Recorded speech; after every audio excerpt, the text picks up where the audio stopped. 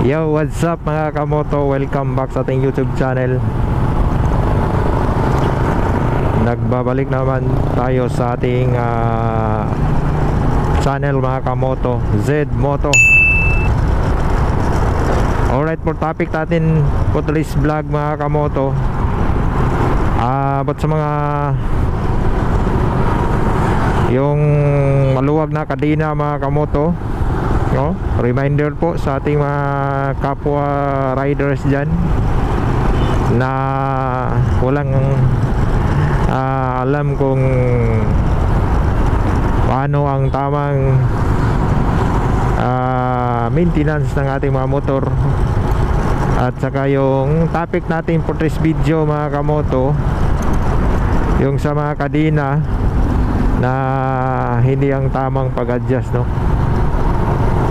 At meron akong i-share sa inyo na video ngayon mga kamoto about sa motor ng Raider FI na yung may-ari daw hindi siya nag-adjust ng kanyang kadena, no? Sobrang luwag, kaya ito ay natanggalan ng kadena mga kamoto. At saka yung napakalaking problema mga kamoto, kasi yung kadena is bumaluktot doon sa engine sprocket, no? Tapos tinamaan yung makina mga kamoto, nabasag. At yun ang kalmot na kalabas sa ulo mga kamoto pag hindi mo tinitingnan yung palagi yung kadena mo mga kamoto, kung maluwag na ba or hindi mga kamoto. Mamaya mga kamoto, abangan nyo, ipakita ko sa inyo yung video na shoutout sa ating mga kapwa riders dyan, no? Meron tayong i-share sa inyo na video, no? Para ma-aware din kayo sa mga may mga XRM dyan or mga ano bang motor, yung mga kadena type ba.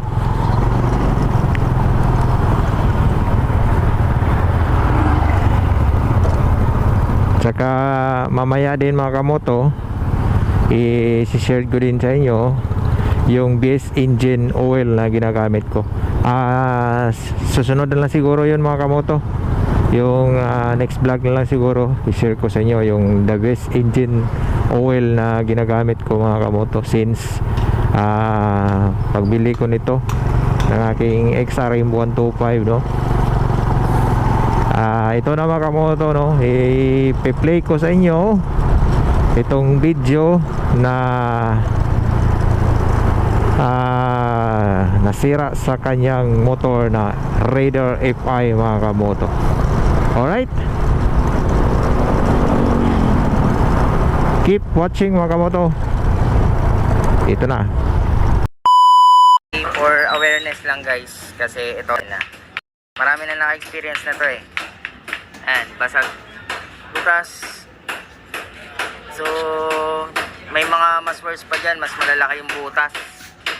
So dito ang dahilan ay kadena, talon na ng kadena. Ito madalas nating ina-advise to, lalo sa mga remap natin. Kung ang chain set wala na sa ayos, hindi namin nire-remap. Dito naman, kung mapapansin nyo, inaabot na siya ng pagtalon ng kadena. Sagad na yung adjustment. Tapos yung condition ng chain niya, masyado ng stress. And yung kanyang sprocket, hindi na intact para dito sa kadena niya. Ayan. Paalala lang, yung chain set po, hindi po yan.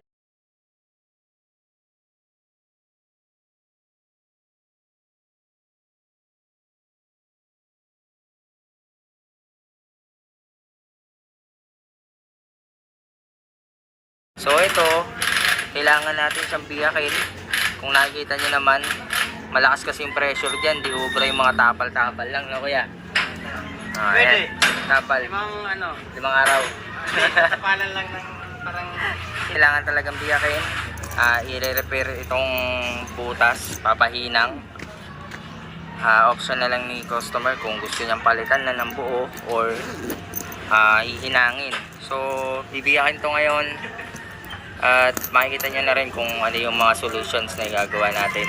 At ito for awareness lang, no, lagi nyong i-check ang kadena bago kayo bumiyahe.